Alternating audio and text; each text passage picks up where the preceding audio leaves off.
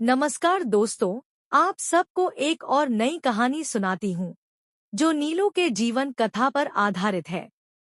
आप सभी से अनुरोध करती हूँ कि हमारे चैनल को लाइक करें, शेयर करें, कमेंट्स और सब्सक्राइब कीजिए। एक और बात कहती हूँ कि उपन्यास छलकते हुए जज्बात और बदलती फिजाएं दोनों इस वक्त छपकर बाजार में उपलब्ध है। उत्साहित पाठक गण अमेज़न से ऑर्डर करके ले सकते हैं। आप भी पढ़ें, दूसरे को भी प्रेरित करें।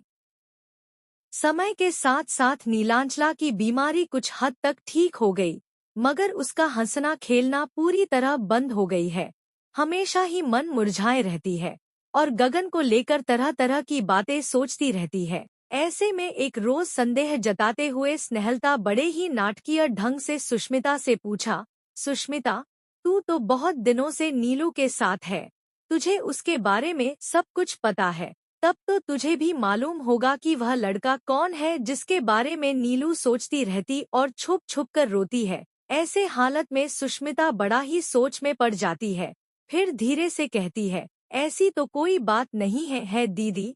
सुष्मिता सोचने लगी, दीदी ने बड़ा ही चालाकी से बात निकलवाने की कोशिश कर रही है, मगर नीलांचला के बगैर परमिशन के मैं कैसे बता सकती हूँ। नहीं, ऐसा करना ठीक नहीं होगा, और उसने इतनी जल्दी अपनी प्यार की कहानी घर में बताएगी ऐसा भी नहीं हो सकता। जो बात दीदी ने मुझसे जानना चाहती है। तभी फिर से नाटकीय ढंग से स्नेहा कहती है, तू तो हमेशा उसके साथ रहती है और तुझे मालूम नहीं है। तभी सुष्मिता कहती है, क्या बताऊं दीदी, मैं तो कभी ऐसे किसी से बात करते हुए देखा भी नहीं, और वह तो अपनी सभी बातें मुझसे कहती है। अगर कोई बात होती तो जरूर मुझे बताती। आपको जरूर कोई गलत फहमी हो गई है, नीलू ऐसा नहीं है। हालात को देखते हुए सुष्मिता ने गगन के सभी चीजें लेकर अपने पास रख लिया, ताकि उसके घर वालों को किसी भी तरह का पता न चल सके। साथ ही उसे सांत्वना देती रहती है ताकि नीलांचला धीरे धीरे वास्तव में वापस आ सके और पहले की तरह अपने दिल को मजबूत बनाकर सभी के बीच में घुल मिलकर चलना सीखे। ऐसे में जैसे जैसे समय गुजरता गया, नीलांचला कॉलेज में जाने लगा तथा सहेलियों के बीच हंसते खेलते समय व्यतीत करता।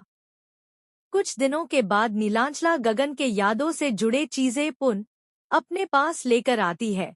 हालांकि सुष्मिता उसे बार बार मना करता रहा, ये सोचकर कि कहीं उसकी यादों में उसके हालत फिर से वैसा न हो जाए जैसा कि पहले हुआ था। ऐसे में नीलांचला वचन देती है, नहीं सुष्मिता, तू चिंता मत कर, मुझे फिर से वैसी कोई बात नहीं होगी। अब मैं कठोर हो गई हूँ। मैं समझ गई हूँ कि प्यार में ऐसा होता है, तथा मुझ में शक्ति आ गई है कि उसकी विरह को सह लूंगी। परंतु जब भी इसकी याद आएगी उसके दिए चीजों को तथा इसके लिखे कविताओं पढ़कर संतोष कर लूंगी। मेरी तपती दिल को ठंडक पहुँचेगी और मुझे शांति मिलेगी। अब से मैं इसी के सहारे जी लूंगी, तू फिक्र मत कर। हालात को देखते हुए सुष्मिता कहती है, मुझे तुझ पर भरोसा नहीं होता, तू फिर से कोई बवाल खड़ा न कर दे। उस रोज दीदी ने जिस तरह से पूछ रही थी, मैं तो सचमुच डर गई थी।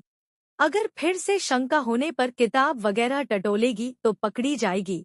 ऐसे में नीलांचला कहती है, मैं तो यूं ही गगन के प्यार को तथा उसके यादों को सहेज कर रखने के लिए इन चीजों को अपने साथ रखना चाहती हूँ, ताकि उम्र भर उनको देखकर ही अपने दिल की प्यास बुझा लूंगी तथा उसकी प्रतीक्षा में दिन गुजारती रहूंगी।